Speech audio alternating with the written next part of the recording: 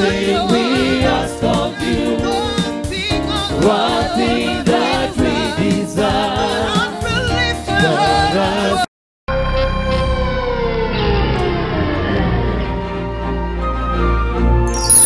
This program is sponsored by the partners and friends of Redeemer's Voice Media. Arise, take your place, be enthroned on our praise. Arise, King of Kings, Holy God, as we sing. Arise, arise.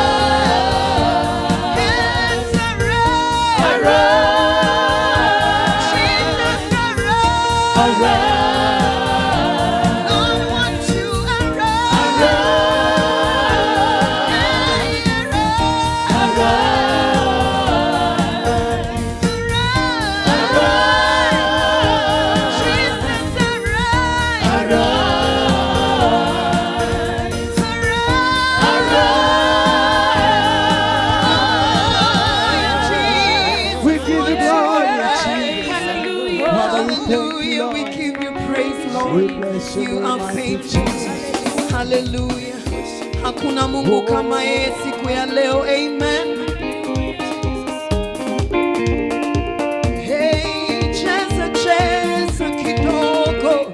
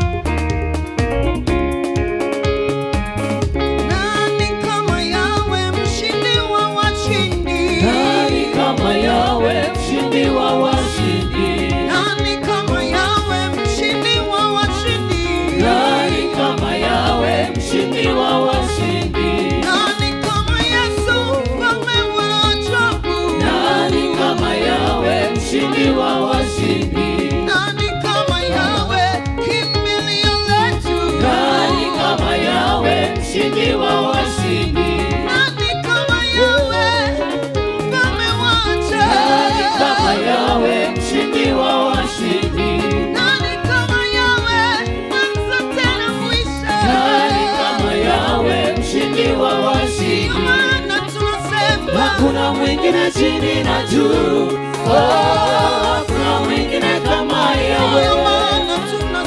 Hakuna mwingine chini na juu, hakuna mwingine kama Yahweh. Hakuna mwingine chini na juu, hakuna mwingine kama Yahweh. Hakuna mwingine chini na juu, hakuna mwingine kama Yahweh. Hakuna mwingine chini na juu, hakuna mwingine kama Yahweh. Hey, feel the goodness of the Lord. Hakika kuna Mungu kama yeye. Give him a dance, give him a dance.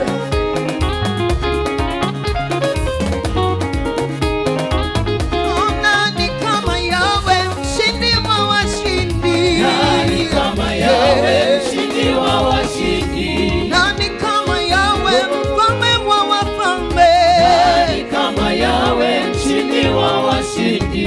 Nani kama Yesu, mshindi wa washindi. Nani kama Yahweh, mshindi wa washindi. Nani kama Yahweh, kimbilio letu. Nani kama Yahweh, mshindi wa washindi. Ndiyo maana tunasema Hakuna mwingine chini na juu, hakuna mwingine kama hakuna Yahweh. mwingine chini na juu. Hakuna mwingine chini na juu, hakuna mwingine kama Yahweh. Hakuna mwingine Hakuna mwingine nimetafuta. chini na juu, hakuna mwingine kama Hakuna Yahweh.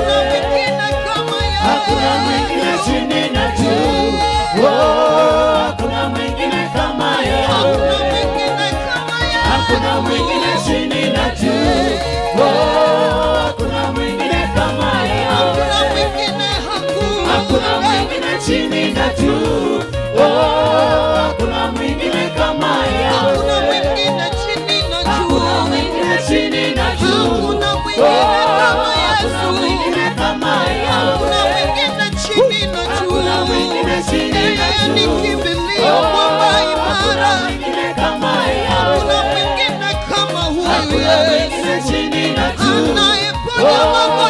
wote. Hakuna mwingine kama Simba wa Yuda. Hakuna mwingine kama yeye. Hakuna mwingine mwamba wangu. Hey, hakuna mwingine kama yeye. Hakuna mwingine, hakuna mwingine chini na juu. Hakuna mwingine kama yeye. Hallelujah. Hallelujah. We bless you, Indeed, there is none like you, oh God. We bless you this afternoon. We choose to worship you, oh God. For it is you who is worthy of our praises. You are worthy of our worship. You are worthy, Lord God, of this sacrifice. Won't you accept it, oh God? Won't you accept it, my God and King? Let your glory fill this place, Jesus. May you be delighted in our worship, Lord God. Fill this place, Jesus. Let it rain, Lord God. We bless your name, mighty Jesus.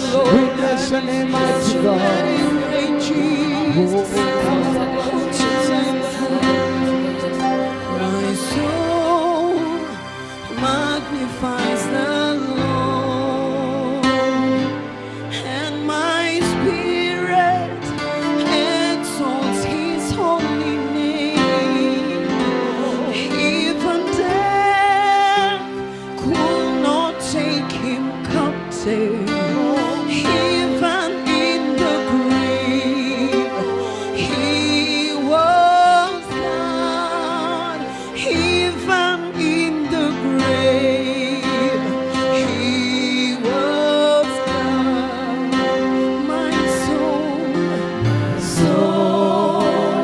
Magnifies the Lord, and my spirit praises his name. Even death could not hold him captive.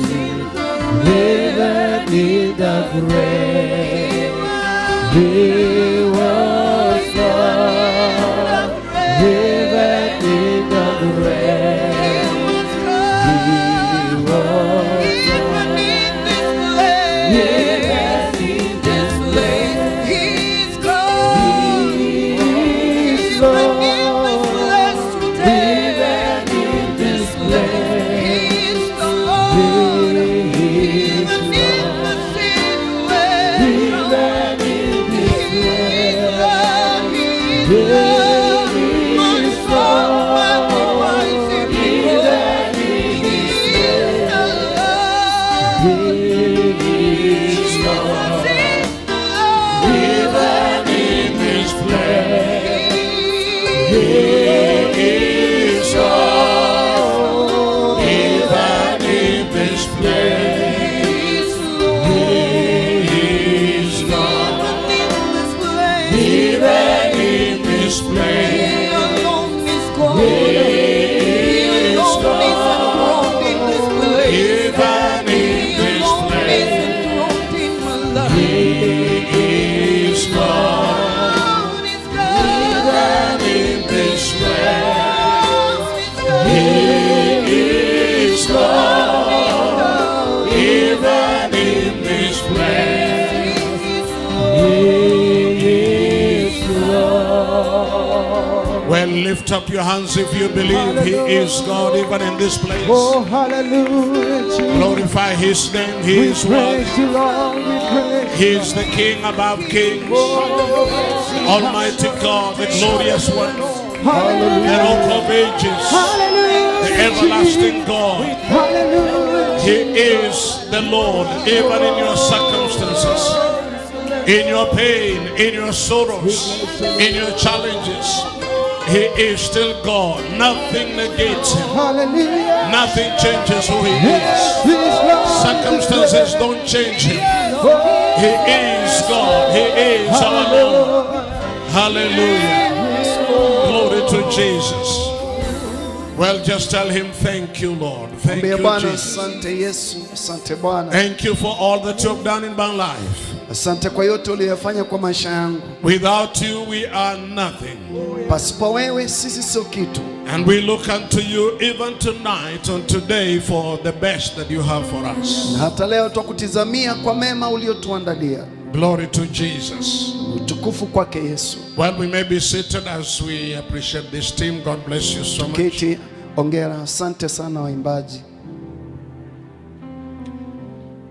Once again, I want to take this opportunity to welcome all of you that have joined us in this Grace Hour service. Nataka kuwashukuru na kuwapongeza wote mliojumuika nasi katika lisaa hili la neema. And also want to welcome you that are watching us online and joined us. I want you to be keen, alert, and concentrate on what God is about to do in your life. Na wale ambao mnaungana nasi katika hewani, nataka uwe makinifu ili kuweza kukipata hicho anachokisema Mungu. I want us to read the book of 2 Kings chapter 7. Nataka tusome Wafalme wa pili sura ya 7. We are still looking at a supernatural release of divine financial blessing unto the church and unto the people of God. Na tunazidi kuendelea kuongelea kuhusu matoshelezi ya kiungu ya uungu wake Mungu kwa kanisa na kwa watu wake. As much as we are going through various challenges, God has never changed. Hata ingawa tupitia mambo ambayo ni magumu, Mungu naye hakubadilika.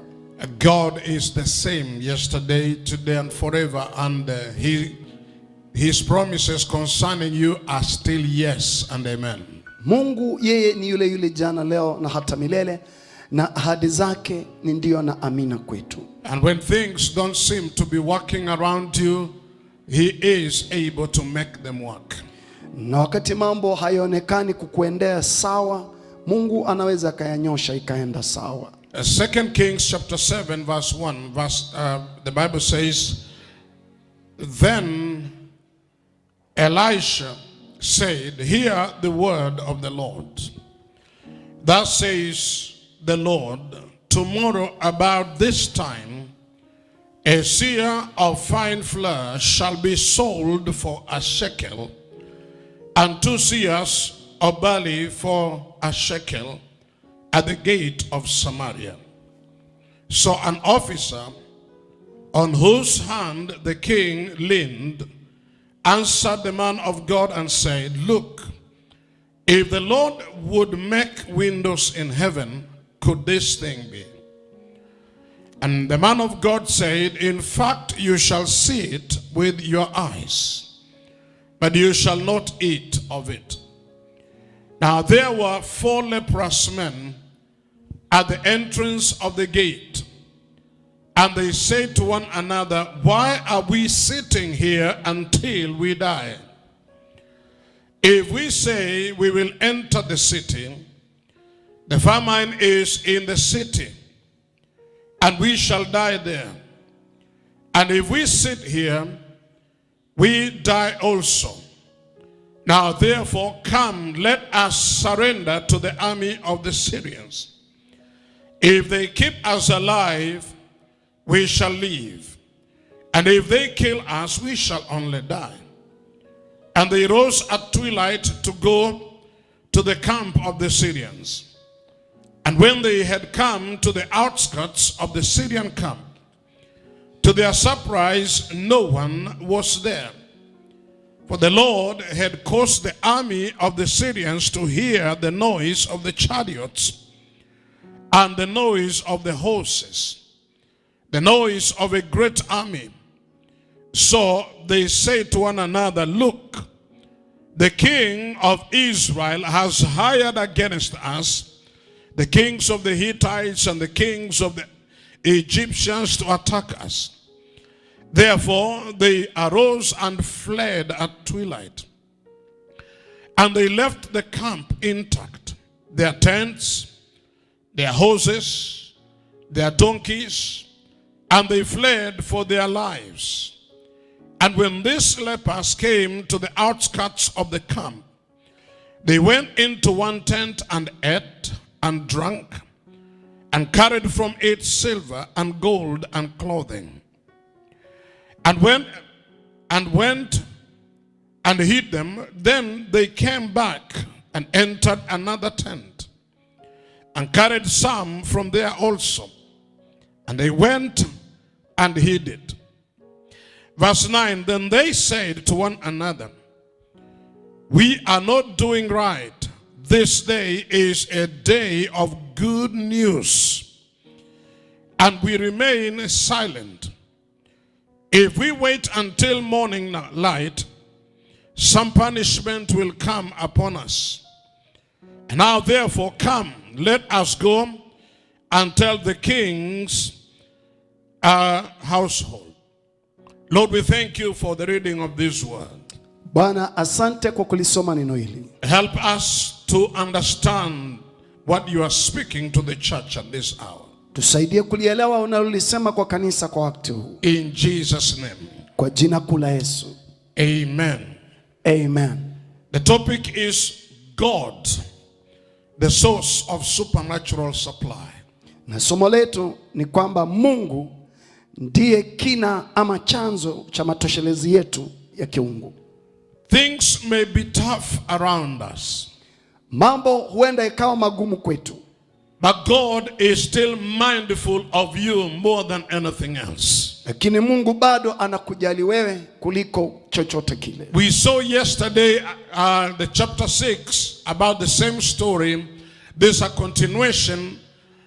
The Bible says that there was a great famine in the city of Samaria because it had been besieged by the king of Assyria, Ben-Hadad. Na tuliona hiyo hapo jana jinsi mji wa Samaria ulikuwa umeusuriwa na mfalme wa Ashuri ambaye anaitwa Ben-Hadad. It was so bad that the people in the city began to do uncommon things because of the desperation that they were in. Na ilikuwa mbaya mno kwamba iliwasababisha watu wa mji kufanya mambo ambayo haijawahi fanywa na wanadamu. They were doing things that were unusual. It was unexpected of the Jews and the children of Israel to eat donkeys, but they had to eat donkeys. Ilikuwa ni jambo sio la kawaida kabisa kwa Myahudi ama kwa mtu yoyote akala punda, ni jambo lisilokuwa la kawaida. It is unusual for a mother who has carried a baby for 9 months and nurtured the baby in time of desperation, kills the child and boils the child and cuts small meat and begin to swallow. It is completely unusual. Ni jambo lisilo la kawaida kwamba mama mzazi aliyemzaa mtoto akamtoa mtoto wake aliyemzaa, kumkata vipande, kumtokoza na kumkula. It is very unusual to go round picking dove's dung for your food. Na ni jambo ambalo sio la kawaida kwamba waenda ukiokota mavi ya njiwa ili uyafanye chakula. Now that's how difficult the situation was in the city of Samaria. Hivyo ndivyo ilivyokuwa ugumu wa hali katika mji wa Samaria. God had not forsaken them. Na si kwamba Mungu alikuwa amewaacha ama It is kuwakataa. them that had forsaken God. Ni wao ndio walikuwa wamemwacha Mungu. Because prior to the incident, God had used his servant to protect them from all the attacks of the enemy. Na kabla ya hapo Mungu alikuwa amemtumia mtumishi wake Elisha kuwakinga na mavamizi ya namna yoyote. But the king of Samaria did not see the importance of the man of God. Lakini mfalme wa Samaria hakuona umuhimu wa mtu wa Mungu. Hate him. Na akaanza kumshutumu na kumkashifu. And he was against him. He began to talk negatively against him. Akaanza kumwongea vibaya mtu wa Mungu. And because of that, he didn't see the value of God in their defense. Na hivyo basi hakuona dhamani ya Mungu kama kinga ama ulinzi He wao. didn't see the value of God in their divine protection. Hakumuona Mungu hakuweka umuhimu wake katika ulinzi. He didn't see the value of God in their provisions every day. Naye hakuona dhamani ya Mungu katika matoshelezi yao ya kila siku. And so they relegated God to the other side, and they thought by their power and their wisdom and their strength they were able to handle challenges of life. Wakamwacha Mungu, wakamtupilia mbali, na hivyo wakadhani wanaweza wa kutatua shida zao. And so God allowed the enemy to come and show them how vulnerable they are. Mungu akaruhusu adui aje kwao kuwaonesha jinsi walikuwa hawana kinga pasina Mungu. Without God we are so vulnerable. Pasina Mungu kabisa hatuna msaada. Moses said in Exodus 33, he said to God, please let your presence go with us.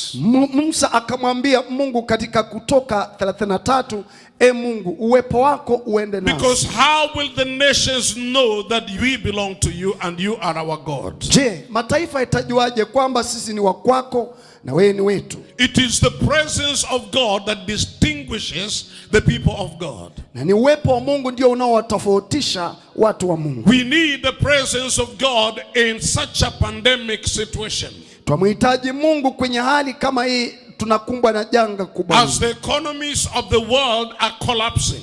Wakati chumi za ulimwengu zinasoroteka na kuanguka. And people are desperately in need of resources to take care of their lives. Na watu wana haja kubwa na uhitaji ya kuweza kupata rasilimali ya kutosheleza riziki zao. The Spirit of the Lord is reminding the church, you and me, that there is still God who provides.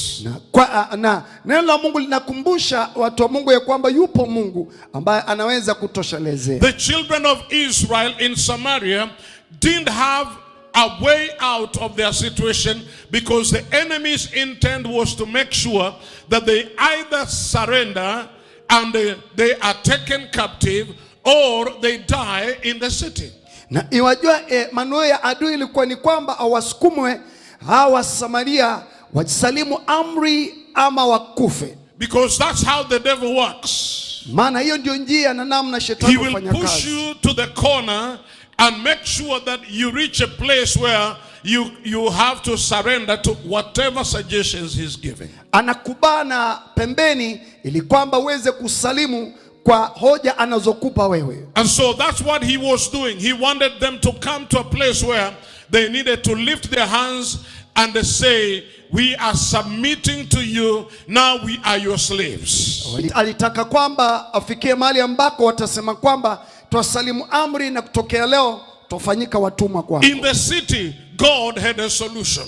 Na hata ndani ya mji Mungu alikuwa na suluhisho. There was a man of God right in that city. Kulikuwepo na mtu wa Mungu akiwemo kwenye ule mji. He had evidence. There was evidence of the great things that God did through him in the entire land, but nobody recognized who he was amidst them. Na kulikuwa na ushuhuda, kulikuwa na ushahidi ya kwamba huyu mtu wa Mungu, Mungu alikuwa ameshamtumia kwa mambo makubwa katika mji. Elisha had healed a city from a situation that no other power would have healed it, the city of Jericho.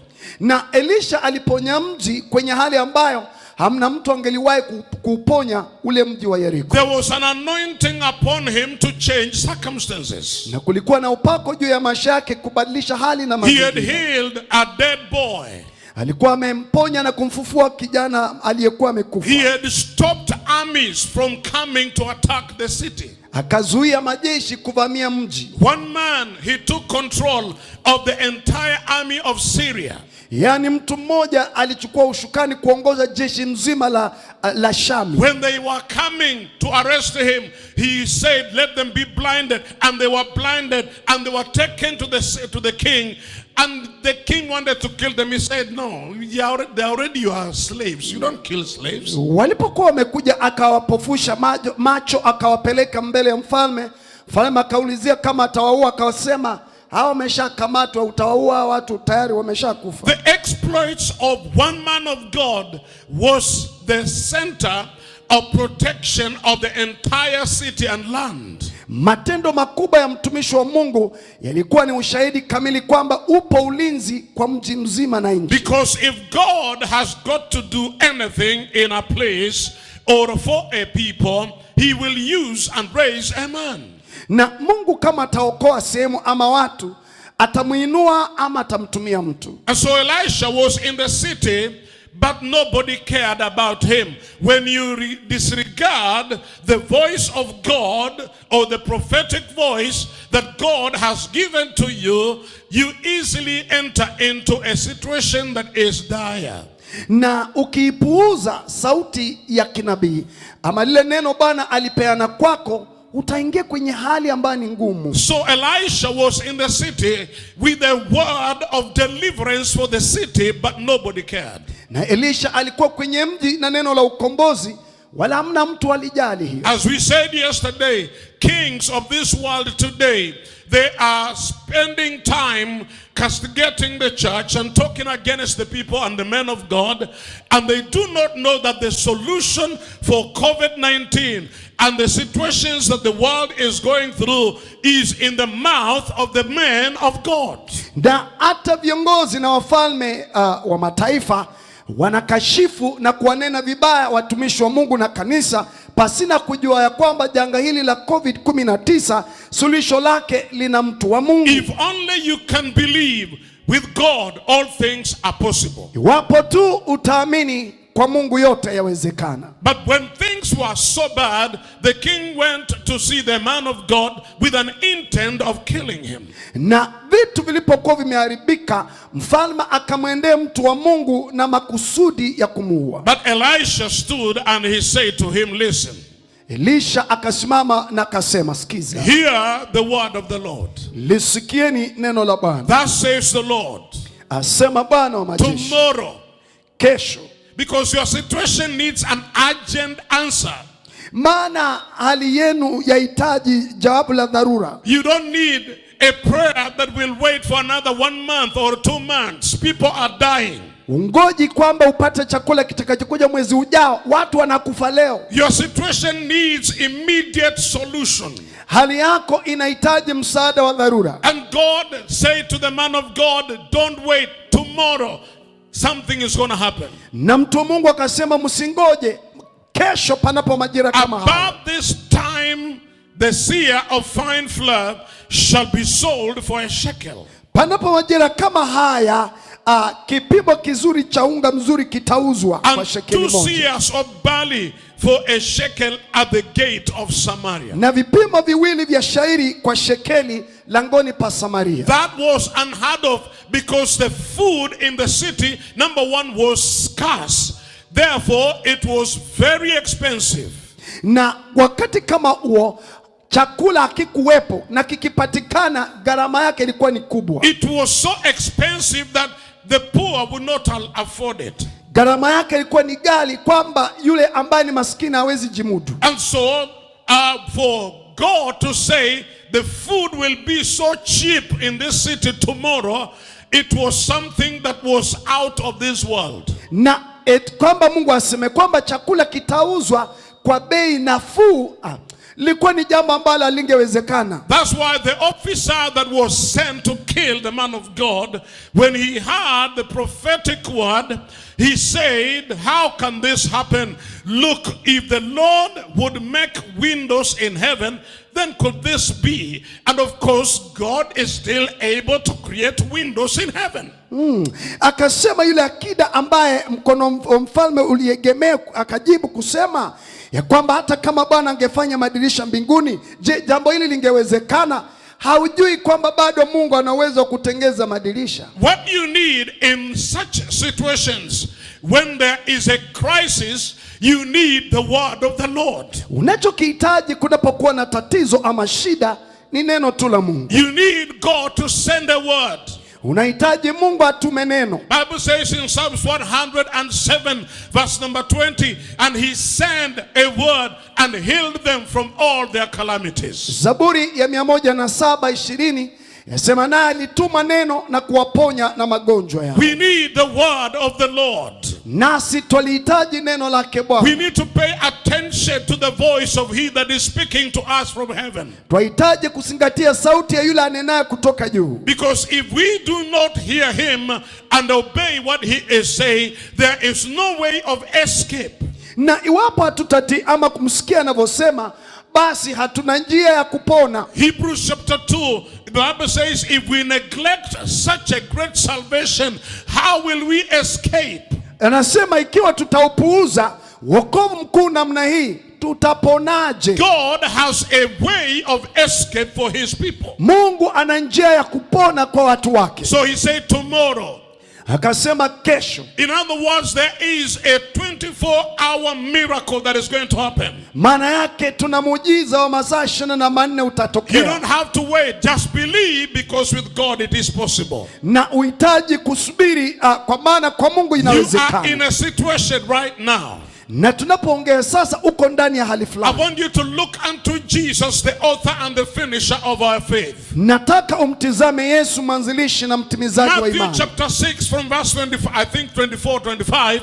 He says, do not worry about these things. Don't worry about what to wear, what to eat, how you will live. Do not worry about it, because your heavenly Father knows that you have need of these things. Mathayo mtakatifu 6 mstari wa 25 unasema, msijisumbue katika mambo haya, mule nini, mnywe nini, mvae nini, maana Mungu anajua mahitaji haya yote. He knows that he can satisfy your needs. Anajua kwamba ataweza kupeana mahitaji yako He yote. feeds the ravens of the air.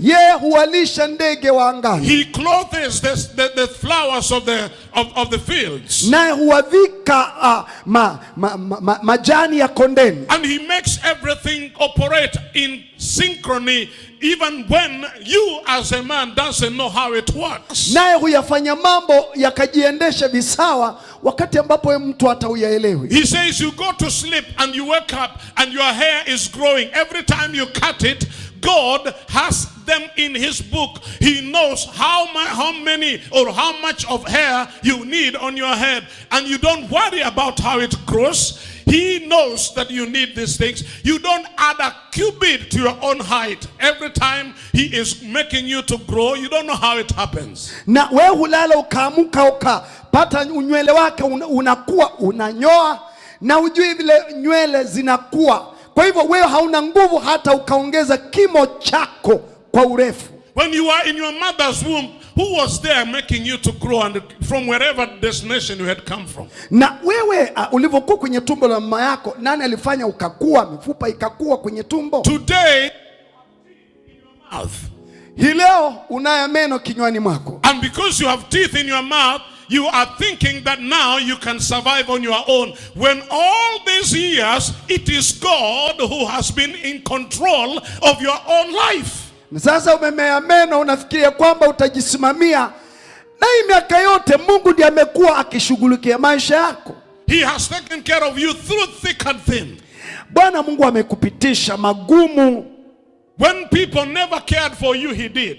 Wakati ambapo hamna mtu alikujali, Mungu alikujali. When nobody wanted to see you, he did. Wakati ambapo hakuna mtu alitaka kuona, Mungu alikuwa nawe. So why should you think that today you have capacity to do things by your own will? Mbona sasa Your own will and your power.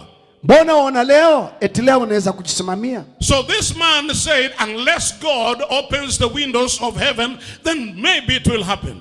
Na akasema ili jambo kwa hata Mungu akafungua madirisha, sioni uwezekano. But I want you to know God already had made provision day one before the Syrians arrived in the city of Samaria. Kumbuka hivi, Mungu alikuwa amekwisha andaa njia ya kupona kabla Washami waingie kwenye mji. He had already provided the food and other wealth and riches.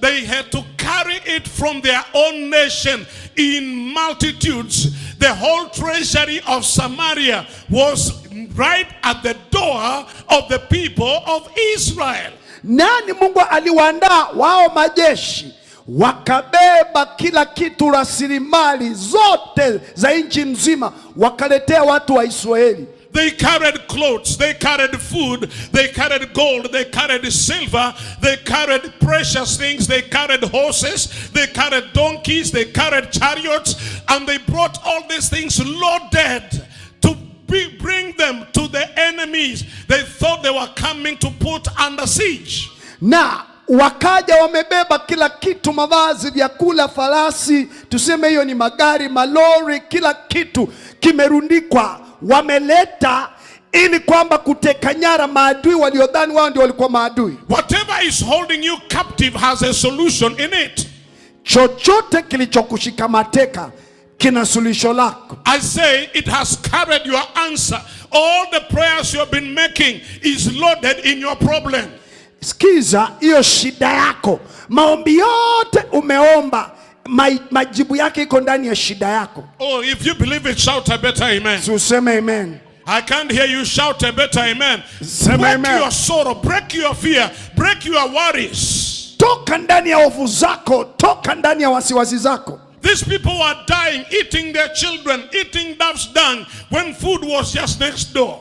Hao watu walikuwa wanakula, watoto wao wanakula mavi ya njiwa, na chakula kiko hapa tu kwa jirani hapa. They only needed a prophetic utterance and a declaration, and the Bible says you shall decree a thing and it shall be done for you. Na walihitaji tu neno litamkwe la kinabii, maana Biblia inasema utanena jambo nalo litatimia. If only you can believe, things will change around you. Iwapo tu utaamini, mambo itabadilika kwako. And the Bible says when the word went forth, Biblia inasema neno lilipoenda, God will always raise a people who will activate that word and mobilize themselves to make it happen. Na Mungu kila mara atawainua watu ambao watalisababisha ile neno kufanya kazi. Because the word of God will never fall to the ground and return to him void. Maana neno lake Mungu alitaanguka mchangani likamrudia bure. He says, as the rain falls from the heavens and comes down to the earth and gives bread to the sower and it gives seed to the sower and the bread to the eater, so is my word, it will never return to me void. Nasema kama mvua itokapo juu ikainyesha nchi na kuichipuza na wala hairudii bure, ndivyo lilivyo neno langu nililolituma, halitanirudia bure. When the word comes from his mouth, neno litokapo kwenye mdomo wa Mungu, it will go around looking for somebody who will make it happen. Huenda likisunguka limpate mtu ambaye atalifanya and there were lifanyike. people who were as desperate who were waiting for a solution. Na kulikuwepo na watu walikuwa na uhitaji, wanangoja suluhisho. They were neglected. Walikuwa wameachwa. And you need to know that those people who are leprous in Israel, they never used to stay within the city. They were staying outside. Nataka ujue kwamba waliokuwa wakoma kwenye Israeli hawakukaa kwenye kambi ya watu ama kwenye mji, walikaa nje. Our God is strategic. Mungu wetu ni mpanga mbinu. I say our God is strategic. Mungu wetu ni mpanga mbinu.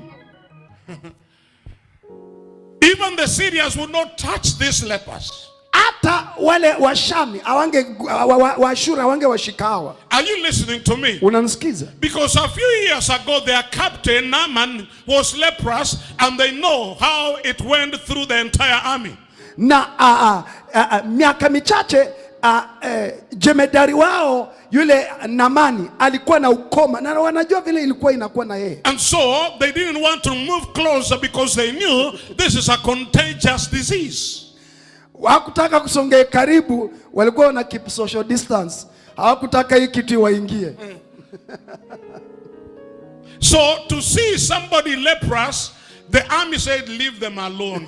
Please don't interfere with them. Walipoona wale ukoma wakasema tusiwasongea hapa, tutachukua shida yenye tuku. But least did they know that they were strategically out there to go and and plunder their camp. Hawakujua Mungu amewapanga ni majeshi wa Mungu, maspai wa Mungu ambao watakwenda kuvamia kambi yao. And they were there all the days that these people were under the siege. God was waiting for the people to come and seek the answer from him. Na hao walikuwepo siku hizi zote, watu walikuwa kwenye mji na njaa na shida, Mungu akisubiria watu waulizie neno kwa Mungu. When the word went forth, God inspired them to ask themselves a question. Neno la nabii lilipoenda, Mungu akawasababisha wenye ukoma kujiuliza maswali. Every question carries an answer. Kila swali lina jibu. And if you don't inquire, you don't get the answer. Usipokuwa mwenye kuuliza, huwezi pata majibu. As they were discussing, they made an inquiry and God was hearing it. Walipokuwa wanajadiliana wakaulizana na Mungu akawasikiza. You see, one of the key miracles and the answers that David always received was because he inquired of the Lord. Na mojawapo ya Daudi kupata suluhisho alikuwa ni mtu mwenye kuuliza kwa Bwana. Jesus said, ask and it shall be given to you. Biblia inasema omba na litapewa kwako. Seek and it shall be you shall find. Tafuta na utaona. Knock and the door will be open. Bisha lango litafunguliwa kwako. There is a principle in the kingdom of God Kunaye kanuni katika ufalme that wa Mungu releases solutions. ambayo inaachilia suluhisho. Inquisitive. Kuwa mwenye kuuliza. And so they asked themselves, Wakaulizana, what are we doing here? twafanya nini hapa? What are we doing here? Twafanya nini hapa? Look at somebody and ask them, what are you doing worrying and crying and mourning and complaining? What are you doing there? Wewe muulize mtu wafanya nini pale? Vilio, kunungunika, kulalamika. They said, what are we doing here? Wakaulizana, twafanya nini hapa? Why are we sitting here until we die? Mbona twakaa hapa mpaka tufe? And they said, if we enter the city, we will die. Kasema tukiingia kwenye mji huu wetu tutakufa sisi. There is no answer in that city. Ndani ya mji hamna solution. There is no solution. There's no food. People are eating their children, and we could be the next people to be killed and eaten. Kule wanakula watu na huenda sisi tukawa ndio tutashikwa wa kufuatwa kuliwa. And they say to themselves, we will arise. Wakajiambia tutaondoka. Somebody shout, I am arising. Sema naondoka mimi. A time comes when you have to dust yourself from the position you fell in and shake yourself and tell yourself, I'm not going to stay here. Because the Bible is clear, it says that the righteous may fall 7 times, but 7 times they will rise up again. Na wakati ufika lazima ujikungute mavumbi na kusema nitaondoka, nitaamuka niliko.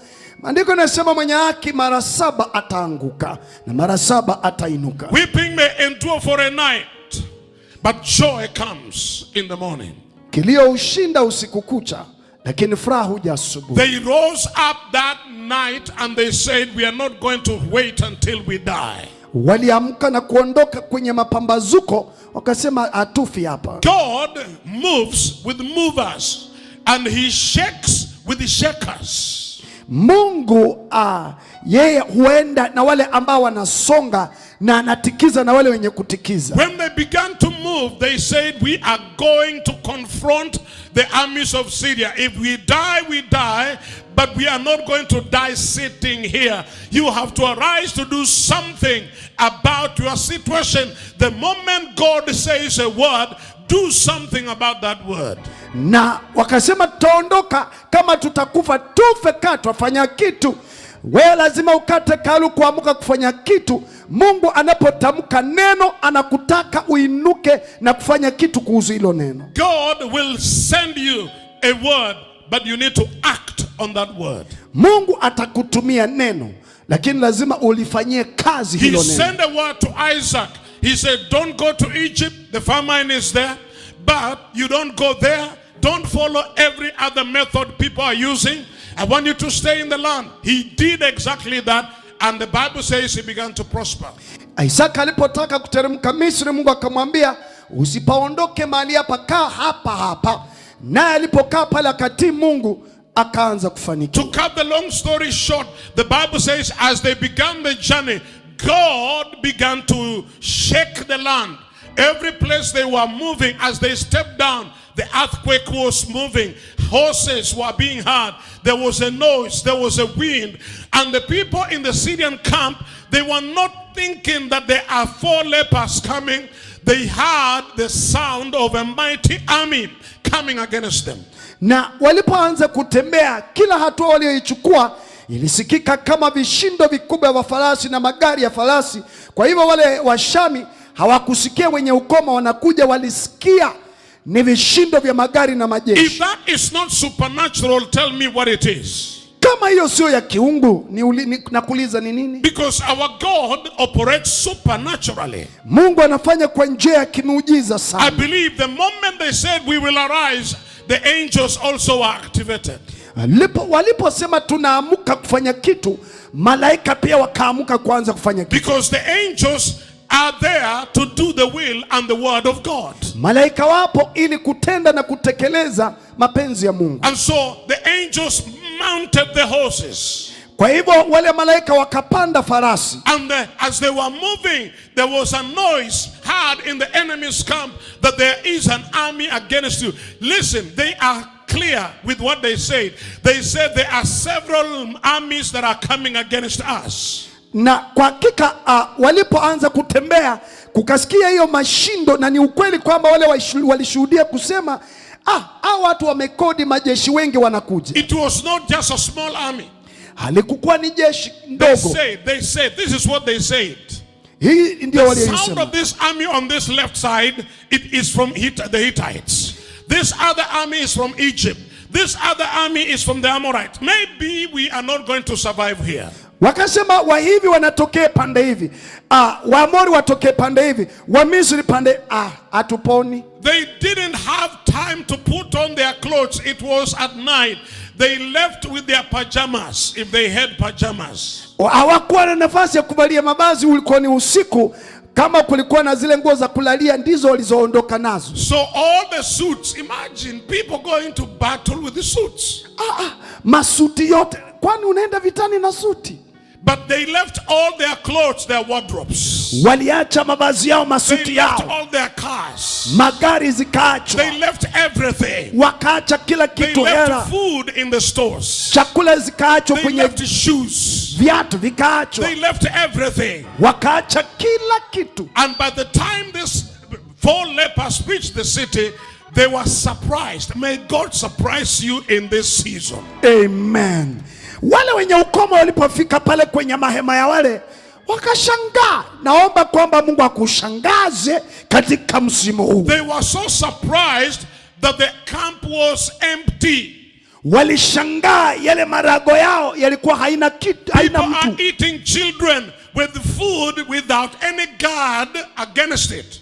Yani watu wanakula pasina ulinzi wowote mtu kulinda. People are eating their own children. They are eating dove's dung and all these kind of things. Yet just a few meters from them there was plenty of food. Watu wanakula mavi ya njiwa na watoto, na hapa tu kando vyakula viko bure. Look at somebody and tell them what you are afraid of has already been afraid of you all this time. Mwambie mtu hicho kitu ulichokiofia kimekuogopa hizi siku zote tu. You only need to arise. Ukiinuka tu. The 4 lepers wale wakoma 4 wakaingia kwenye hiyo marago. As they entered into the camp, walipoingia kwenye hiyo marago, there was nobody. Hapakuwepo mtu. And they were thinking that maybe these guys have hidden somewhere and we may be ambushed. Na wakaona huenda wamejificha, wametutega, tuenda tukavamia. But when they looked around, they saw indeed there's nobody around. Everybody left in a half. Amen. Walipoangalia hakuona mtu, kila mtu aliondoka upesi. Your enemy is about to flee just at your breath. Sikiza, adui wako atakimbia tu kwa pumzi yako. Whatever is holding you, it is leaving you at a breath. Kinachokushikilia kinakuachia tu kwa pumzi. Whether it is HIV/AIDS, whether it is tuberculosis, whether it is COVID-19, whether it is sugar diabetes, whatever it is leaving you at the breath of God. Amen. Iwe ni HIV, kisukari, iwe ni COVID-19, inakuachia kwa pumzi ya Mungu. You shall not be held captive. Hautashikwa mateka. You shall not be under siege. Hautakuwa mateka tena. You shall not be eating what you should not be eating. Hautakula vitu usiofaa Our kula. God wants you to enjoy. Mungu wetu anataka ufurahie. Bible says in the book of 1 Timothy chapter 6 verse number 17. Biblia inasema Timotheo wa kwanza 6:17. It is God who gives unto us all things to enjoy. Mungu ndiye hutupa vitu vyote kwa wingi ili He tufurahie. is giving you something that will give you gladness and joy. Anakupa kitu kitakachokuletea furaha. If you believe it, shout hallelujah. Wapo unaamini, sema Under haleluya. this unction, I nullify every fear in your heart, every worry in your heart, in the name of Jesus. Chini ya mafuta na upako ninafutilia kila kitu kinachokuletea hofu kwa jina kuu la Yesu. Bible says as they entered the first tent, Biblia inasema walipoingia kwenye hema la kwanza they didn't have to cook. hawakuhitaji kupika chochote. Yesterday, these soldiers had cooked food for them.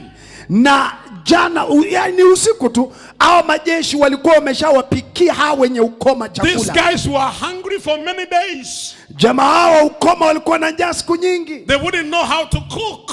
Hata kupika chakula walikuwa wamesahau. But as they entered the tent, Walipoingia kwenye lile hema ni jikoni sasa. the first experience was food was smelly. Kitu cha kwanza ni manukio mazuri ya chakula. Beautiful foods.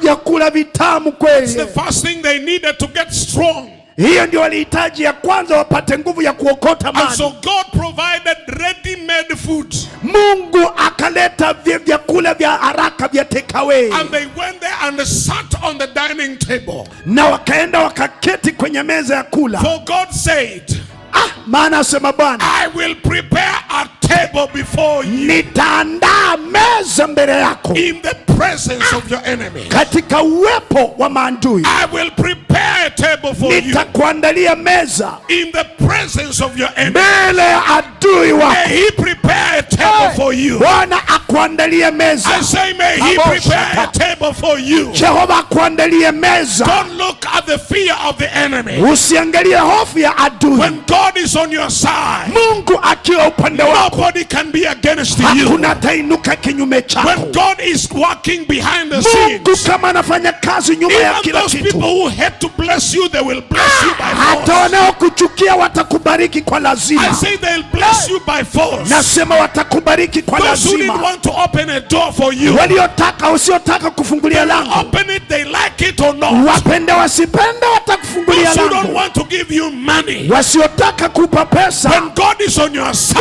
Mungu akiwa upande wako, He will make sure they do. atahakikisha wamefanya hivyo. Actually, they'll have no peace. Hawatakuwa na amani, They will not have any sleep hawatalala, because the money is on their head, maana pesa ziko kwa in kichwa their yao, pillow. kwenye pilo yao. They will want, God will tell them, wake up. Mungu atawaamsha, I mke, have my servant. nina mtumishi wangu, I have my people. nina watu wangu. They cannot go hungry. Hawatalala When you njaa, are lying here on na the bed, unalalia pesa hapa, sleeping on money. unalalia pesa wewe. So the Bible says, Biblia inasema God Mungu gives the wicked huwapa waovu work to toil kazi ya and kujitabisha to gather, na kututa, to give it ili to apeane those who love kwa God. wale wampendao This is Bwana. your time. Haya ni majira In yako, time of need, wakati wa in hitaji, time of famine, wakati wa njaa. God will wake up your Mungu enemies. ataamsha adui zako Make sure na hakikishe they prepare wakuandalie table meza for you. kwa ajili yako. Shout yes. Sema yeleleha. Woo! Oh, hallelujah. Haleluya. We serve a supernatural God. Tumtumikie Mungu mtenda miujiza. I say we serve a supernatural God. Tumtumikie Mungu atendaye makubwa. He created the heavens and the earth. Alizifanya mbingu na nchi. He owns the heavens and the earth. Anamiliki mbingu na nchi. And by extension, He owns every kitchen on the face of the earth. Na hata anamiliki jikoni zote za duniani. He owns every storehouse on the face of the earth. Anamiliki magala yote yaliyoko Our duniani. God owns every bank on the face of the Mungu earth. wetu ni mmiliki wa benki zote. Because the Bible says silver and gold Oh my. belongs to me, says the Maana Lord. asema fedha na dhahabu zote ni mali zangu, That's asema why Bwana. Job says, acquaint yourself with him. Ndio sababu Ayubu anasema mjue sana You need to Mungu. acquaint yourself with him. Unahitaji kumjua sana Mungu. If you want it to be well with you in this season, Iwapo unataka iwe heri nawe kwenye majira haya, acquaint yourself with him. mjue sana Mungu. Ooh, hallelujah. Hallelujah. Bible says as they entered the tent, Biblia inasema walipoingia kwenye lile hema, suddenly they began to eat. mara wakaanza They kukula, ate wakala, and they got filled. wakashiba, They saw gold. wakaona They fedha, saw silver. wakaona They saw dhahabu, money. wakaona pesa, They saw things precious. wakaona vitu vya thamani nyingi, And they collected. wakakusanya. And the Bible says they collected and went hid it. Biblia inasema wakakusanya, wakaenda kuficha, They went to the next tent. wakaenda hema la pili. And when they went into the next tent, Walipoenda hema la pili, that tent also had food. na kwenye ile hema pia lina chakula. So they ate until they were satisfied. Wakala wakashiba, I say they ate until they were satisfied. walikula May wakashiba. the Lord satisfy you with good.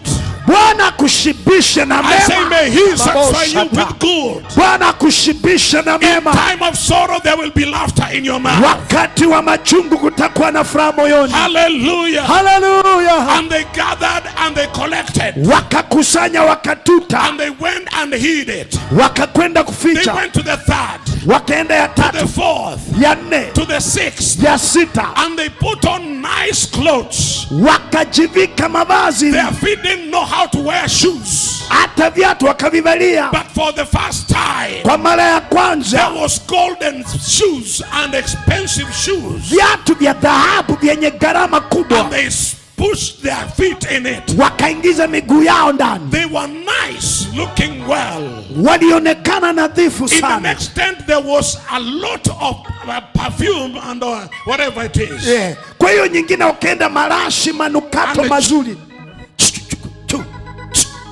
marashi, And they began to smell nice. wakaisi we. They didn't know how to ride horses. Hawakujua kuendesha But magari. when God is with you, Mungu akiwa na wewe, you will ride even those cars you have never known how to drive them. utaendesha gari lenye hukuenda driving. Because when God moves, He moves. Mungu akitembea vyatembea. So they tried their ability on the horses. Wakajijaribu kuona farasi kunaendaje, And they saw the horses responding. wakaona farasi pia anawaitika. And they said, my friend, Wasema rafiki, go and carry those things. Put them in these chariots. weka ndani ya hili gari tupeleke. And they said, now listen, what we do now extra. We are so rich. Tufanye nini sasa? Tumekuwa tu matajiri hivi, Suddenly we are so abundantly filled with everything. yani kwa kipunde si punde tuna kila kitu. It never took a long time. Within 24 hours. Haikuchukua muda mrefu, masaa 24 kila kitu kimegeuka. They said, what we are doing is not good. Atufanye vizuri tukiendelea na When hii. God blesses you, remember others who are in need. Mungu akikubariki, kumbuka wengine wana mahitaji. Every time God blesses you, it is for His kingdom purposes and for the glory of His name. Kila mara Mungu anakubariki ni kwa ufalme wake na utukufu wa jina lake. So don't eat yourself. Usikule tu peke yako, Share it with others. washirikisha wengine, Share it with the kingdom. shirikisha ufalme wa Mungu. Because that's how you can activate the kingdom covenant. Hapo ndipo utaweza kuchochea They agano la said, what kifalme. are we doing? We have already filled our stomachs. Our brothers out there are suffering. Why can't we go and take some food to them? Tumeshashiba, ndugu zetu kule wanasumbukana, twende tuwapelekee chakula. And suddenly they put on their nice suits and they were riding their best horses, and of course chariots were following them. Na wakajivalia mavazi mazuri, wakaendesha farasi, magari zinawafuata. You think they chose the worst things? They chose the best. Wewe unafikiria walichagua vitu bure bure? Amna. And as they approached the gates of Samaria, the watchmen were looking at them and they are wondering, now we are finished. Armies of Syria are now here. Walipoingia kwenye lango, wale walinzi wakashangaa, hapa si tumevamiwa sisi. But they shouted and they said, no, you remember this is brother John and this is brother Philip and this brother so and so and this brother so. So they said, oh yeah, ha ha ha. Wakawaambia kwa lugha yao, yani kusema ni sisi, si unajua ni ndugu Yohana, huyu ni Filipo na yule ni mwingine. Wakasema kumbe ni nyinyi. And they opened the door wide. Wakafungua milango, maana ni malori zinaingia. Are you listening to me? Unasikia kweli? Wide. Wakafungua milango. When they opened the door wide, the same people who would not open the door for them suddenly were opening doors for them. Whoever closed the door for you, listen. This is a prophetic word to you. It is swinging open.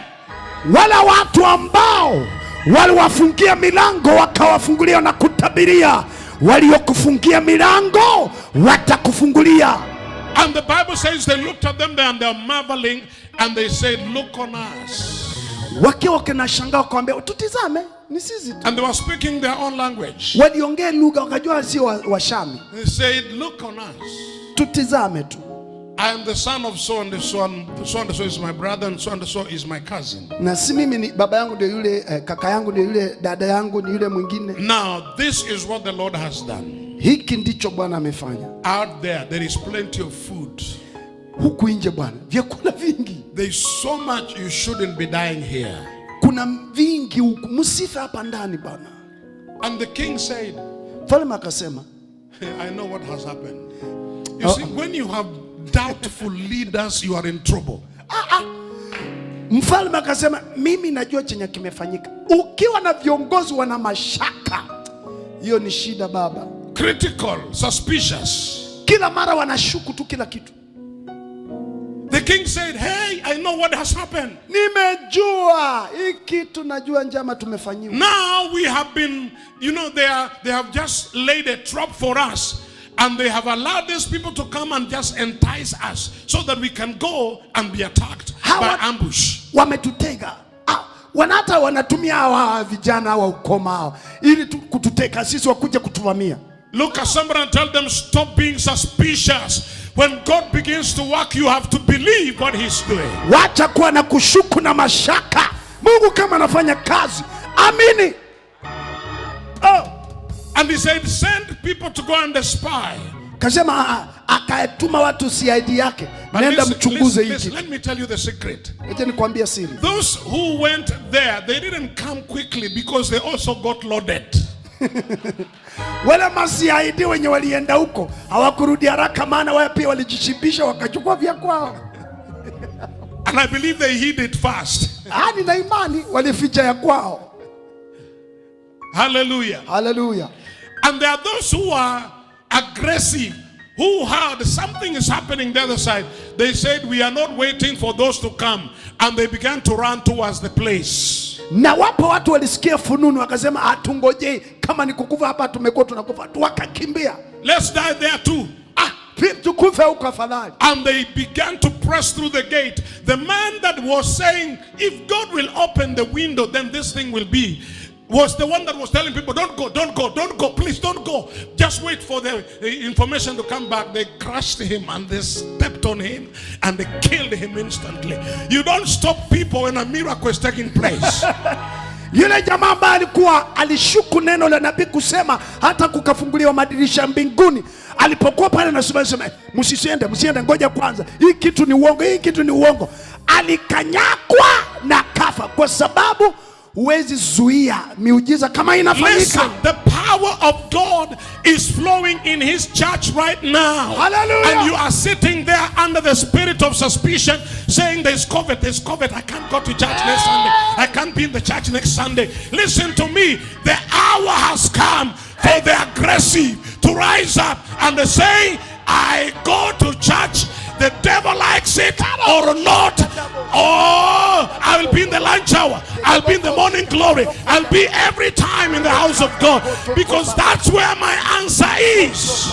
Hata sasa hivi tumefungua makanisa, tuko kanisani na nguvu za Mungu zinatenda miujiza. Wengine wanasema wakikaa kule, kuna covid, kuna covid. Hakuna. Wewe amka, toka huko, njoo kanisani, maana miujiza inafanyika tayari kwa nyumba ya Baba. Kwani hakuna covid kwa matatu? Kwani hakuna covid kwa soko? Kwani hakuna covid kwa supermarket? Kwani hakuna covid kandege? Kwa nini iwe ndani ya kanisa? Wacha kudanganywa. Wacha.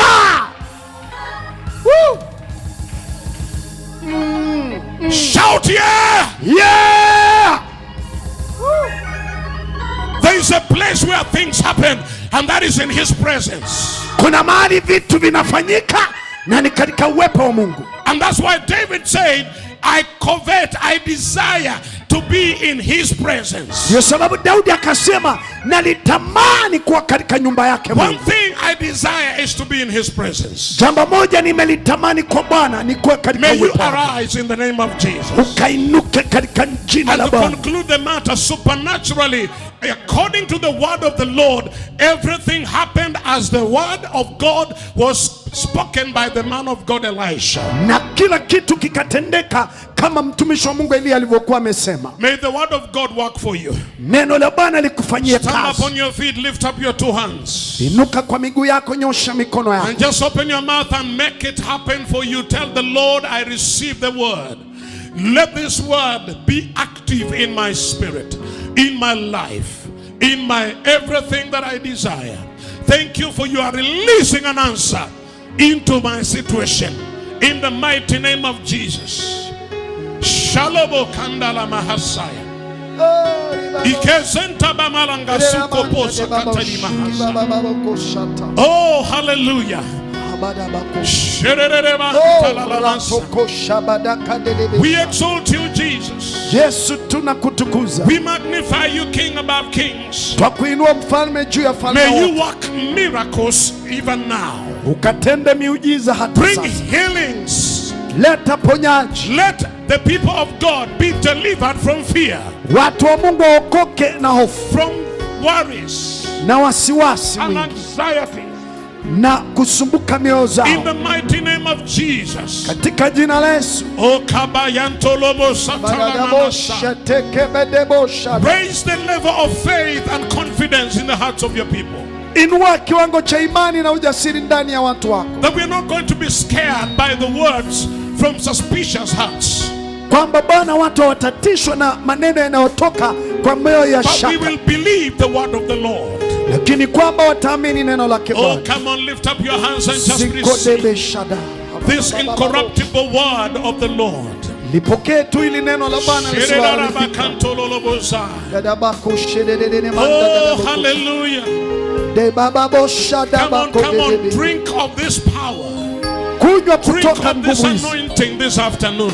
Kunywa upako You that is mchana. hearing me, please lift up a voice and receive it. Wewe unanisikiza kwenye Stretch your mtandao. faith even Nyosha to that imani yako. instrument you are using and receive your miracle tonight. Hata hicho chombo unachokitumia, pokea muujiza wako kwa jina la Yesu.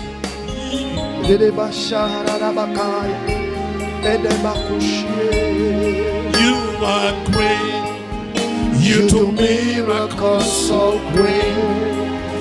There is no one else like you. There is no one else like you.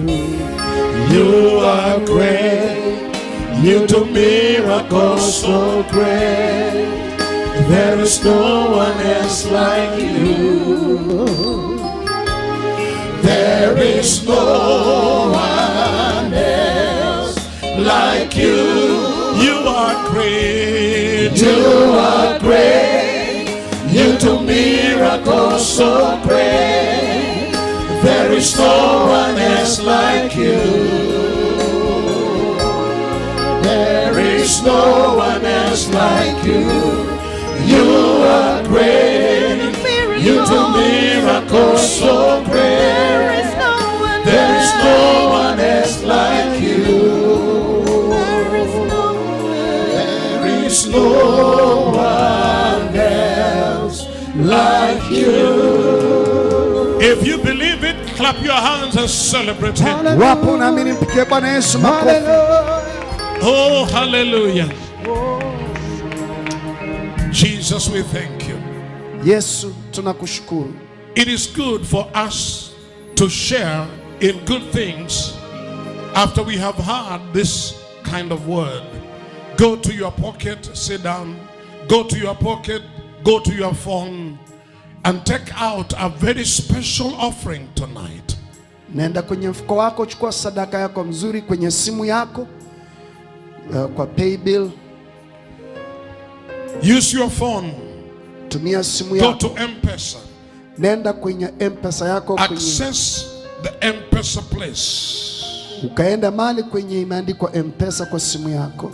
And go to the paybill area and log in our paybill number, which is 599058. Ukaingize namba yetu ya paybill ambayo ni 599058. 599058. 599058.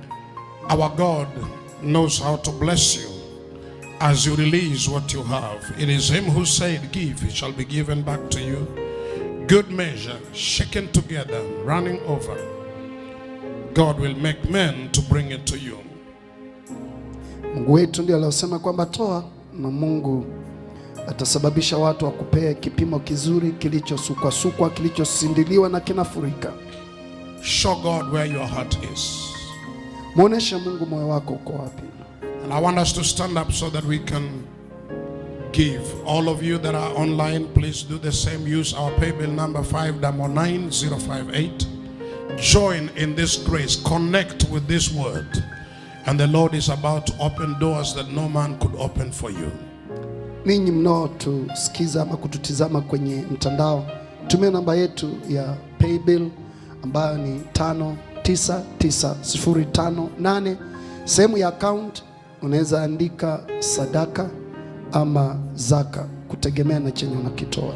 Let's all stand up, lift up your offering. For those who are giving cash and those who are giving, you have given by phone, lift your phone as well. Precious Father, thank you. We exalt and magnify you for giving us opportunity to partake of your will and your purposes and your spirit. Lord, I thank you even as we have given our offerings and tithes and other seeds, as we have sown. Lord, we believe we are expecting 100-fold return. Let there be abundant release to everyone that has given this day, to the glory of your name, in Jesus' name. Amen. Amen. Those who are given cash, please can you use these baskets that are right here in the front? And the Lord bless you so much. We are coming back this evening for another powerful revival. So please be available. Those who can be able to come, the Lord be with you. We appreciate all of you so much. And leaders, please, all of you, we are expecting you tonight for the conclusion of our revival services and seminar. Thank you so much. We conclude. We thank the partners and friends of Redeemer's Voice Media for making this program possible.